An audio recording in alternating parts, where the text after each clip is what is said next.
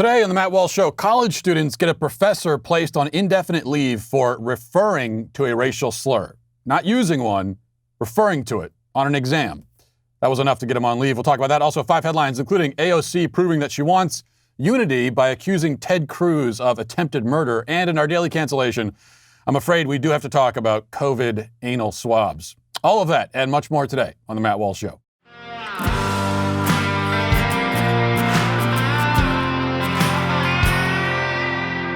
Before we get started today, I want to tell you about our friends over at ExpressVPN. You know, the fact is very simple. Everybody needs to be using a VPN. Big tech companies have a ton of power in our country today.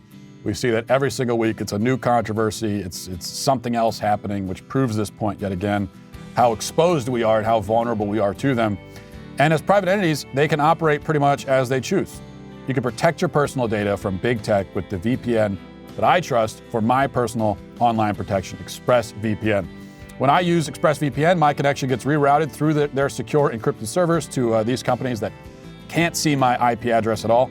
My internet activity becomes anonymous, and my network data is encrypted, and so that I get the privacy that I deserve when I'm using the internet, that we all deserve. I recommend ExpressVPN to anyone who uses the internet, so I mean that means everyone. I recommend it to everyone. The best part is you don't need to be tech savvy at all to use ExpressVPN. I can tell you, if you did have to be tech savvy to use it, then I wouldn't be using it. So the fact that I am means that you can too. Just download the app on your phone or on your computer, tap one button, and you're protected. It's really as simple as that. Visit expressvpn.com/Walsh to get 3 extra months free for a 1-year package. That's expressvpn.com/Walsh to get 3 extra months free. expressvpn.com/Walsh. So I want to begin today by discussing 2 stories that may at first seem basically unrelated. First, we go to Politico, where earlier in the week, over 100 staffers signed a letter and sent it to their CEO, further expressing their outrage and grief over the fact that Ben Shapiro wrote a newsletter for them that one time weeks ago. Yes, you remember that from weeks ago. They're still talking about it. Even though 2 or 3 weeks have passed since the offensive newsletter, which was not offensive or provocative at all, still, these staffers have not overcome the trauma that it caused them. They demanded an apology from their boss, along with treatment for their PTSD, which they say must include a dozen therapeutic bunny rabbits in the office, which they can pick up and cuddle anytime they feel scared. That last part is a joke, but only barely. In the irony of all ironies, the letter also insists upon, I'm not kidding, greater workplace diversity. Yes, they are shouting for more diversity, while in the very same breath, shouting for less diversity. They are upset that somebody with different views was allowed to write a newsletter. And the reason they're upset, they say, is that they want more diversity. But of course, we understand what they mean by diversity. For them, the perfect image of diversity, what diversity is, perfect image is a room full of dozens of people of different races, ethnicities, genders, and sexual proclivities, all saying the exact same thing in unison. It's the kind of diversity that will be best achieved once we're all replaced by robots, which, frankly, at this point, can't happen soon enough. So that's one story. Let's look at another. Like I said, these are related, and I'll explain why. The Daily Wire has a report about a University of Illinois Chicago law professor, Jason Kilborn. The professor has been indefinitely suspended after a campus controversy that stems originally from a question on an exam. Now, in the exam, Kilborn presented to the students a hypothetical case dealing with race and gender discrimination. Okay? Now, I imagine this is the kind of thing that students in law school encounter a lot. Hypothetical situations and cases that they have to analyze, right? So in this hypothetical case, an employee quit her job after, and now I'm going to read directly from the exam text. This is what it says.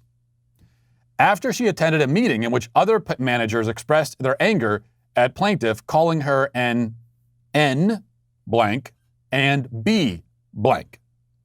And that's what it says on the exam. N and B.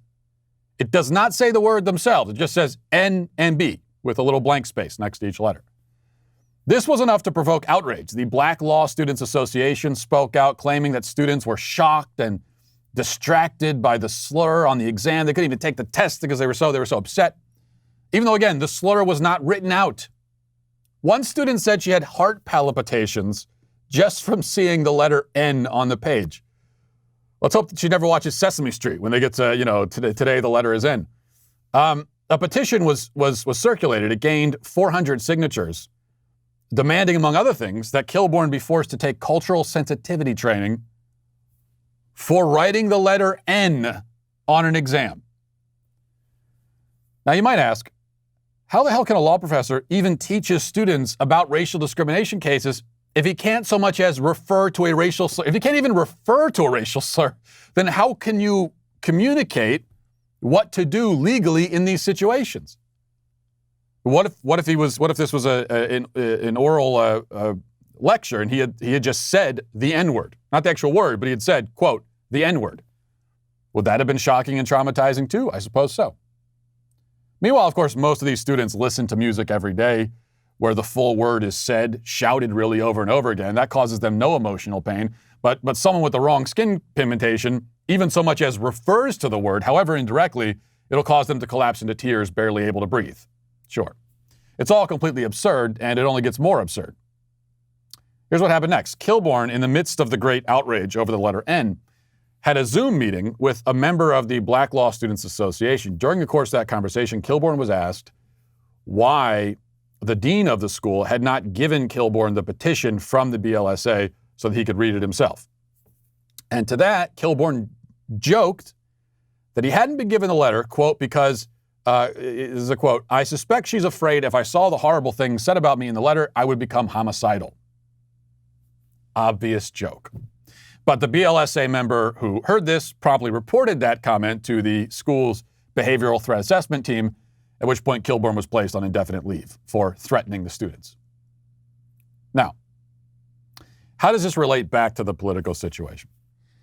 Because in the case of Politico, these are alleged adults in the real world behaving as though they are so emotionally fragile that they might dissolve into a puddle if you so much as give them a funny look. In the case of the law professor controversy, these are college kids with the same level of emotional fragility. This yet again demonstrates an important point that I've made before and I'll make again. We assumed and declared for years that the so-called snowflakes on college campuses would leave the pampered confines of academia, go out into the real world, experience a rude awakening, and then after some painful adjustment, become mature and well-adjusted adults. That's what we assumed. Wait till they get out into the real world. Oh, they're going to see how it really works, won't they? But that's not what happened. Instead, snowflakes have gone out into society and remade it in their own image. As painful as it is for us to acknowledge, they have not gotten the rude awakening that we hoped and that they so much deserve. And there's no reason to think they ever will. At least not in the way we thought they would. This should have been an easy thing to foresee in hindsight. A lot of things are easy to foresee in hindsight. After all, each generation inherits the earth and makes society into what they want it to be. If a bunch of emotionally stunted, overgrown babies take over, why would we think that they'd all magically become mature adults? And besides, this is not a process that happened overnight. And it didn't begin with the millennial generation. The boomers, collectively speaking, as a generation, as much as they complain about the millennials, largely have been incompetent, immature, and selfish themselves. That's why they've ruined every institution they've touched, and they're leaving the country in a much worse state than it was when they inherited it.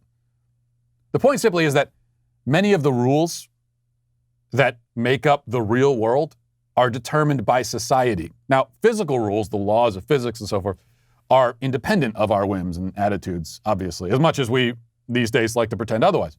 But a rule like society rewards maturity and self-sufficiency, that kind of rule is certainly not universal or innate. You have to build and maintain a society that operates by that rule. If you don't, then it won't. Unfortunately, in our case, we increasingly live in a society that rewards and caters to the loudest, whiniest, most selfish and immature people. It's not just college campuses anymore that work that way. One other point about this as I'm thinking about it, we've probably also made a mistake in using phrases like snowflakes, as I have here, to describe the college kids crying over a letter they read on an exam, or staffers at Politico writing a letter to complain about a Ben Shapiro article. We call them snowflakes. Well, this implies that they're merely sensitive, right? They're too sensitive. And we've said that many times. But the truth is actually almost the opposite of that. Because the sensitivity is performative. What drives this is not sensitivity, but rather hatred, resentment, a desire for power. Was the Black Law Students Association actually traumatized by the letter N on a piece of paper? Do we believe that they actually, the student who said she had heart palpitations, does anyone really believe that she's sincere when she said that? Or did they see it as an opportunity to vindictively assert their dominance over and destroy a man they despise, and despise in this case largely for the color of his skin and what they believe that color represents? I would say the latter. The Snowflake Act is just that. It's an act. It's a tool used by these so-called snowflakes to get what they want. It's a power play, and an extremely effective one, it turns out. So where do we go from here? What do we do with all this? What does it mean? Well, all it means is that our problem is how society is fundamentally constructed. No big deal. That's it. We just have to reconstruct society from the ground up. We can't wait for the real world to solve the problems. The real world has been reshaped by these very same people, so we have to reconstruct it from the ground up. That's all. It should only take several generations to do. That's the good news. And also the bad news.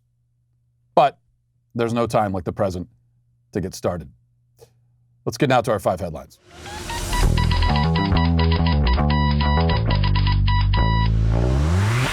Man, I don't know if you guys saw this preview for Godzilla vs. King Kong, that movie. Or maybe it's King Kong vs. Godzilla. I can't remember who gets top billing. But it looks completely stupid, really entertaining also. And I put it on for my kids yesterday. I put the preview on. And my boys, 7 and 4, they lost their minds watching it. It was, and I thought back, I wish when I was 7 years old, when I was 7, it wasn't all that long ago. Well, it was still so long ago, I guess. But when I was 7, King Kong, if they made a King Kong movie, it still would have been a guy in a suit. What I wouldn't have done to see a movie like this, King Kong versus Godzilla. Can you imagine being a 7-year-old boy and a movie like this is coming out? But it also brings to mind, because I'm letting them watch this, and I think this is something, maybe it's just me, but I actually think that all parents, at least talking to parents and thinking about my own parents, all parents really struggle to come up with a coherent movie policy for their kids. And I think all parents end up making these weird decisions where there's certain movies or shows you won't let your kid watch. And then other ones that are definitely inappropriate, you do let them watch. Like my parents, for example, there are so many shows they wouldn't let, like cartoons, they wouldn't let us watch The Simpsons when I was a kid. But I think I saw The Exorcist when I was like 9. And so with my kids, it's kind of a similar thing. I'm very strict about certain movies, but I'll put on King Kong versus Godzilla. I put on the Peter Jackson King Kong that came out like in the early 2000s for my son when he was about 5. I forgot there was a scene in that movie where King Kong literally bites a guy's head off and spits it out. Didn't remember that. Put it on. I don't know. As a parent, you sort of fumble your way through these things and figure it out as you go along. All right, this is number 1 from the Daily Wire. It says New York's death toll from coronavirus. From coronavirus-related nursing home deaths may be much higher than what was reported by the state, especially in the months after Governor Andrew Cuomo issued a mandate requiring facilities to accept COVID-positive patients, regardless of whether those facilities were equipped to handle them. You've heard a lot about that on this show and other shows.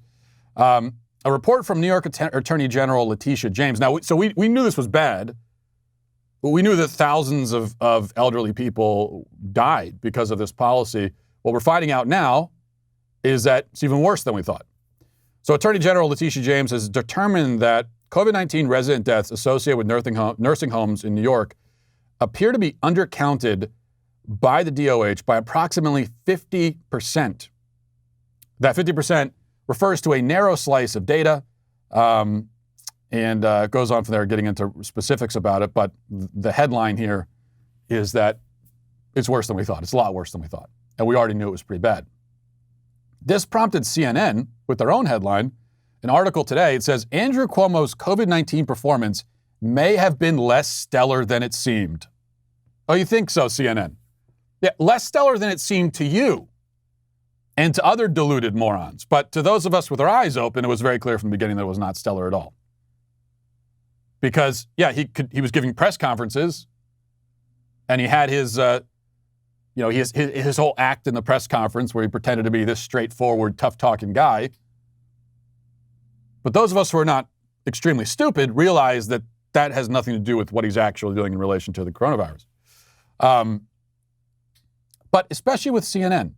See, you say this now, but during the height of this, when this was actually happening, when there were thousands of COVID patients being put into these nursing homes and this was going on, CNN, this was known. We talked about it on this show. Other shows talked about it.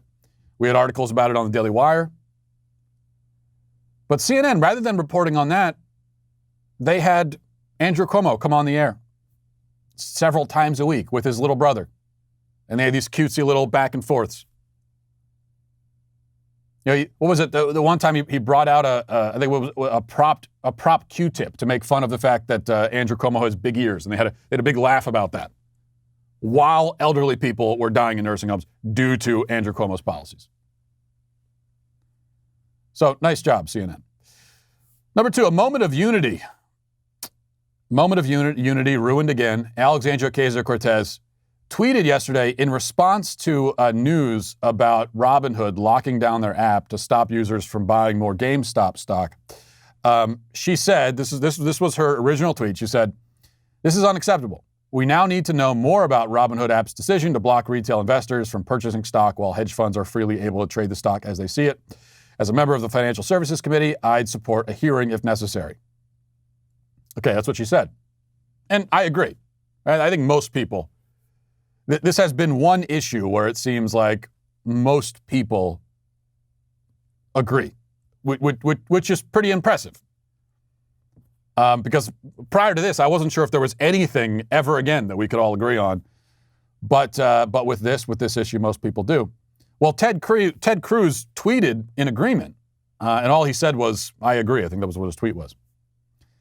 And kind of maybe extending a little bit of an olive branch, AOC proceeded to take that olive branch and throw it in the incinerator. This is what she tweeted in response. She said, "I'm happy to work with Republicans on this issue where there's common ground.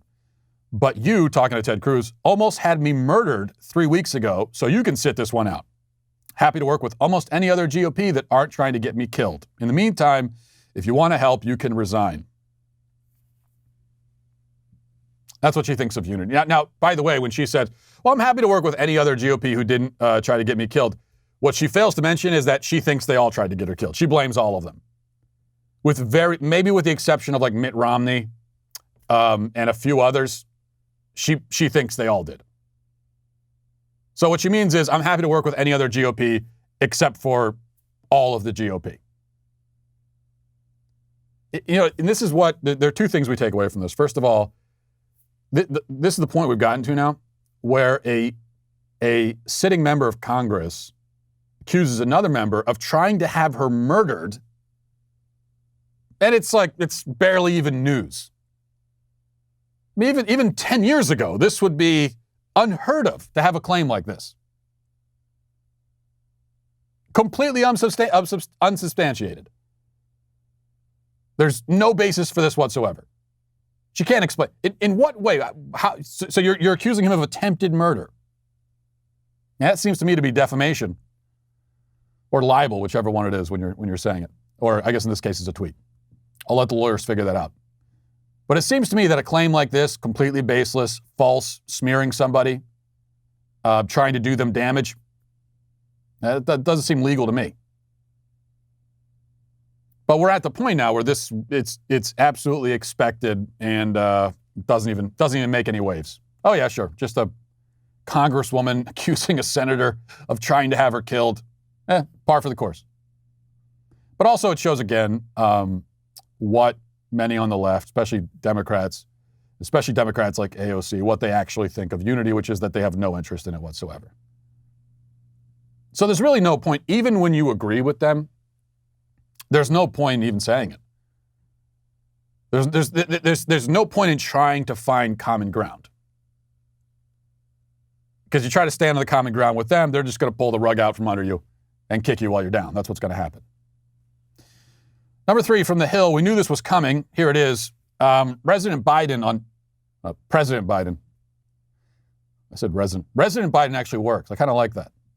Like a nursing home resident. I think I stumbled on Resident Biden, I like that. Let's go with that. Resident Biden on Thursday signed 2 executive actions focused on healthcare, describing the directives as a necessary effort to undo the damage done by former President Trump. Biden signed an order directing federal agencies to open a special enrollment period for the Affordable Care Act. Then he also signed a presidential memorandum rescinding the Mexico City policy preventing federal funds from going to organizations that fund abortion overseas. And this is the great decent Catholic Joe Biden, who is now going to force taxpayers. He's going to take food out of your kids' mouths to pay for abortions overseas is what's going to happen. Now here he is signing this order, but you'll notice something, and he's kind of explaining why he's signing it, but you'll notice something about this explanation. Maybe it'll jump out at you. Listen. The second order I'm going to be signing also changes what the president's done, what former president has done, and it a memorandum reversed my predecessor's attack on women's health access, and as we continue to battle COVID-19, even more critical Americans have meaningful access to health care. If we could just move past the irony of him hacking up a lung while he says the word health, but moving past that, he's talking about funding abortions overseas, but he won't say it. He won't even say the word abortion. Instead, he talks about women's health. Talks about it in a very roundabout way. And one of the reasons that he still comes from that old school Democrat mentality, old school meaning like 20 years ago, where radically pro-abortion, but they won't say it. They won't say the word. And I think it's because they still have a little bit of shame in them, and they realize that it's a shameful thing. So they don't want to openly acknowledge it. Now, the newer Democrats have no problem talking about abortion. They're proud of it. In the end, it all ends with the same policies, and it ends with the same body count of children being killed, so it doesn't matter that much. But for him, he won't even just come out and say, oh yeah, this is so we're going to fund abortions overseas. And that should tell you something. When there's a certain policy and the people, and many of the people who support the policy, and the guy who's signing the policy, enacting it, doesn't want to talk about it, doesn't even want to say the word, well, that should tell you something.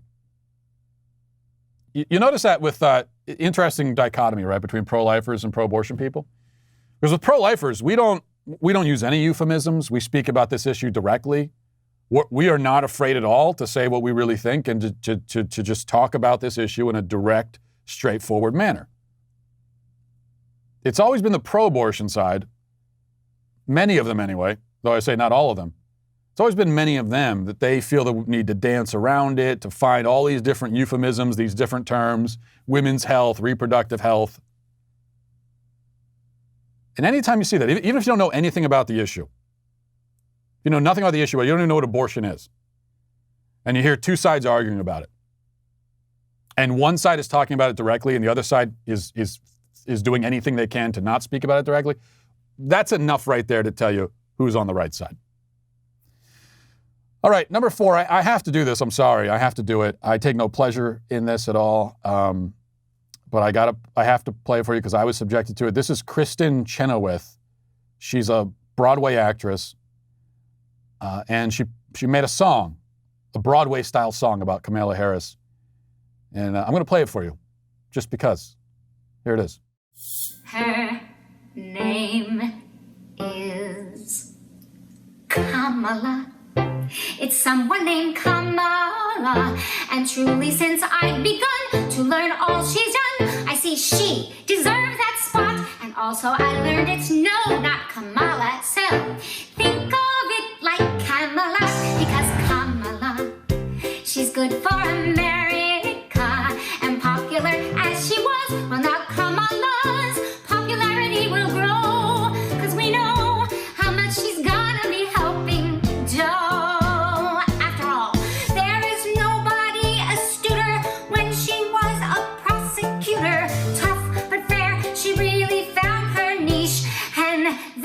She fought for rights and justice when it came to serving in the Senate. Where I come from, she'd make a very good witch. I agree with the last part. Very good witch. I lost my will to live while watching that. I felt myself plunging into the depths of despair. I can't even, there's something about that that's so horrendously depressing. And they're still trying to do this with, it will never stop being funny to me. This enthusiasm they're trying to generate for this woman that they didn't care at all about. She could have been president if you care so much about, you're literally singing songs about her now. You're so excited. But where was this excitement a year ago? Now she's only the pseudo-president. Now she's the president behind the scenes, while Senile Joe is there as the figurehead. But she could have been the main person. She could have been the boss, officially, top of the ticket. But you guys chose the old 78-year-old white man. And now you want to pretend you're excited about her. Sorry, I don't buy it. I especially don't buy it in that form. All right, number 5.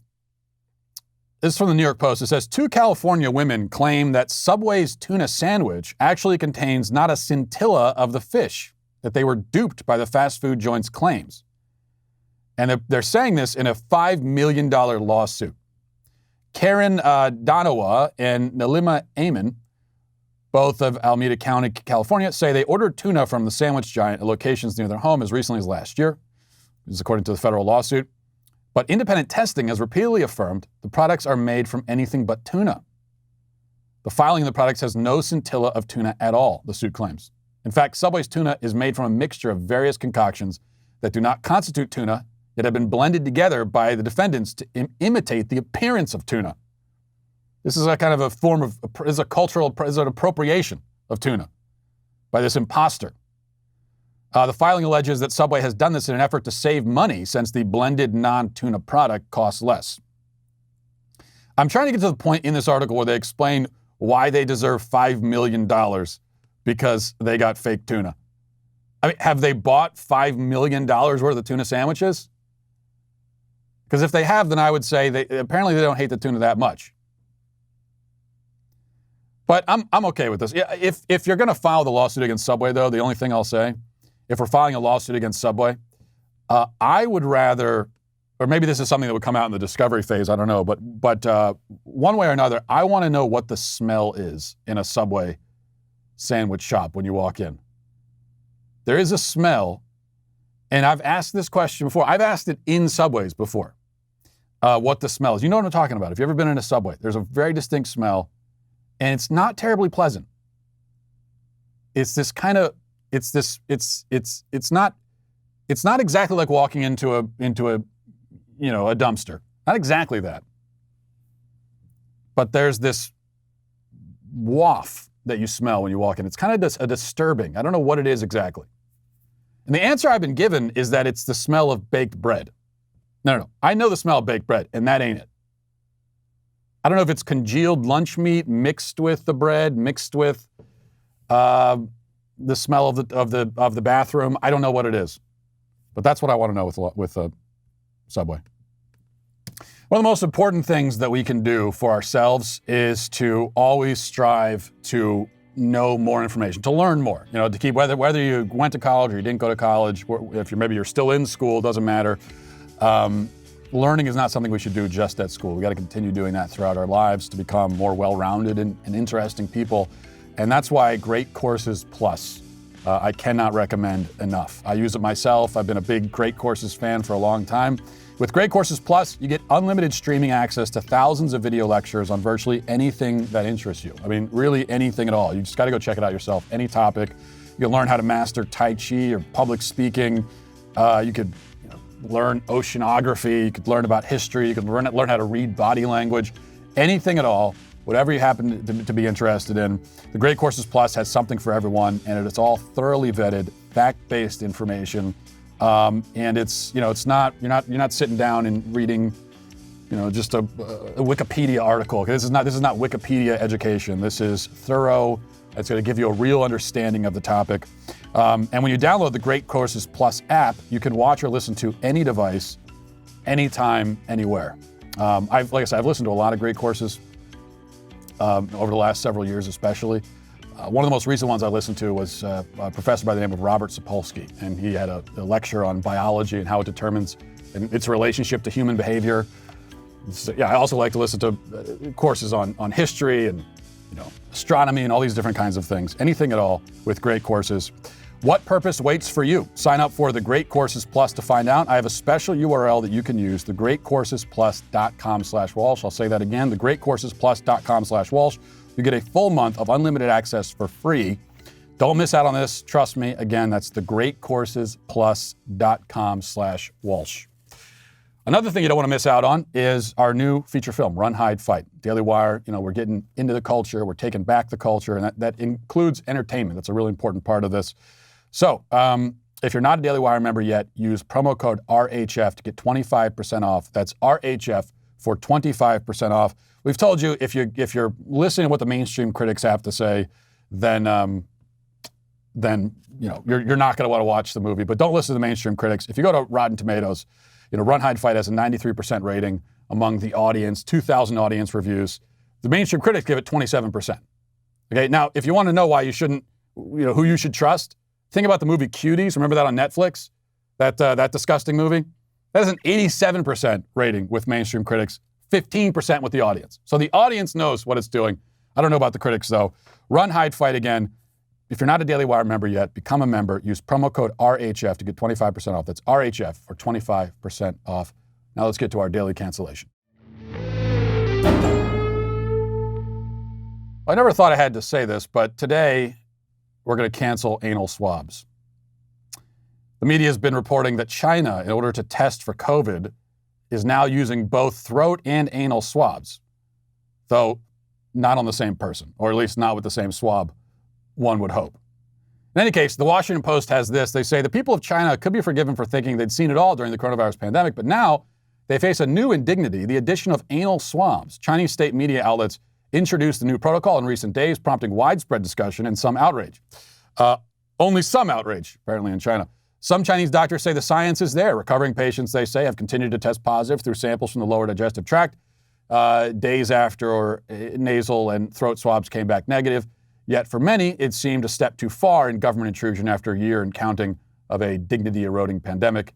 Everyone involved will be so embarrassed, one user of the Chinese social media app Weibo said. Even Chinese doctors who support the new test said the method's inconvenience meant it made sense for use only in select groups, such as at quarantine centers. That's what they say. But it seems the anal swab technique is not only being used on people in quarantine centers, even airline passengers are apparently required to subject themselves to this experience.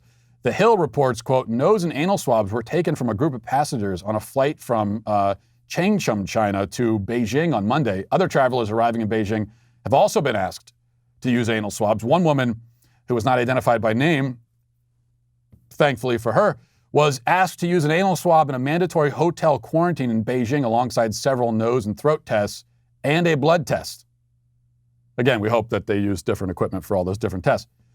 It's not clear to me whether this swabbing is happening in the airport or on the plane in most cases or somewhere else. Perhaps they do it while you're waiting in line at the food court Burger King for efficiency's sake. At least the mask will help hide your shame a little bit.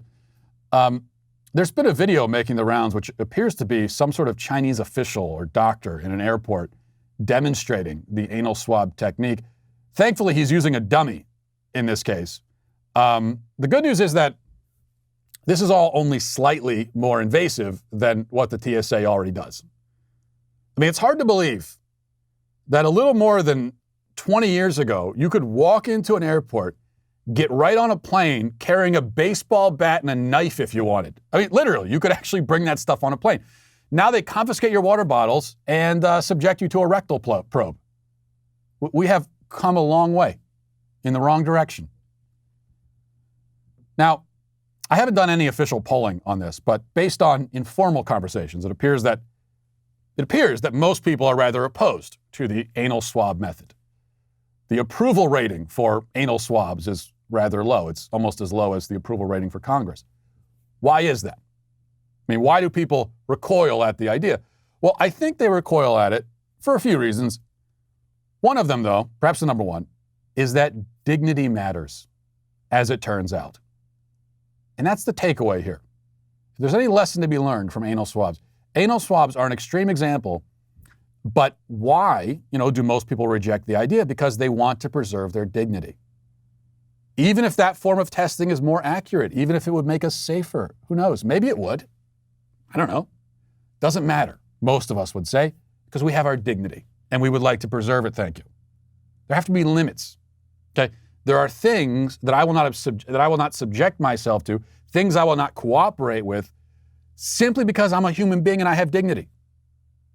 Dignity is actually a more important consideration than safety. If there's a choice between staying safe and forfeiting your dignity, or keeping your dignity and forfeiting your safety, you should go through door number 2 every time. So we see that, I think, with extreme and absurd things like anal swabs.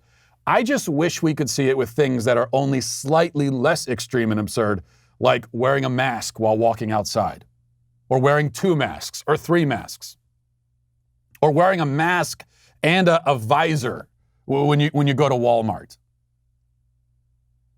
Now, maybe you'll be a little safer if you do that. Maybe the person with the mask and the gloves and the visor is a little safer. Maybe if you wear a mask while you go for a jog, you're a little bit safer. I'm not convinced that's true, actually, but maybe it is for the sake of argument. Let's say it is. You're a little bit safer. So what? I still won't do it because it's undignified. It's ridiculous. It's humiliating. That's my reason. My reason is actually not, it's because of the science. It's actually got nothing to do with science. I just think it's humiliating and ridiculous and it looks stupid and it's undignified. And that's why I'm not going to do it. We've been told that that's not a good reason. You need a better reason. No, I think that's the best reason. I think it's one of the best reasons you can have for doing or not doing something. Now, if you don't think it's a good reason, dignity isn't a good reason to not do something, okay, well then ask for the anal swab next time you're getting tested. Next time you're at CVS getting the COVID test, ask if they have the anal swab. It'll make you safer. Dignity doesn't matter, does it? I say it does. Which is why anal swabs, along with so many other anti-COVID measures, are canceled. And incidentally, I have now used the term anal swab more times in the last 5 minutes than I had through my whole life to this point. These are not the sorts of personal milestones that I set out to achieve. But what can we do? That's where we are. And we'll leave it there for today. Great note to end on for the week. Have a great weekend. Talk to you on Monday. Godspeed.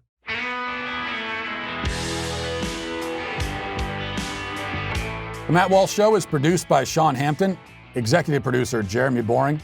Our supervising producers are Mathis Glover and Robert Sterling. Our technical director is Austin Stevens. Production manager Pavel Vodosky. The show is edited by Danny D'Amico. Our audio is mixed by Mike Coromina. Hair and makeup is done by Nika Geneva. And our production coordinator is McKenna Waters. The Matt Walsh Show is a Daily Wire production. Copyright Daily Wire 2021. Internet-savvy investors cost short-selling financial pros $70 billion. The establishment takes extraordinary measures to stop ordinary people from making money, and AOC demonstrates how little the left wants unity. Check it out on The Michael Knowles Show.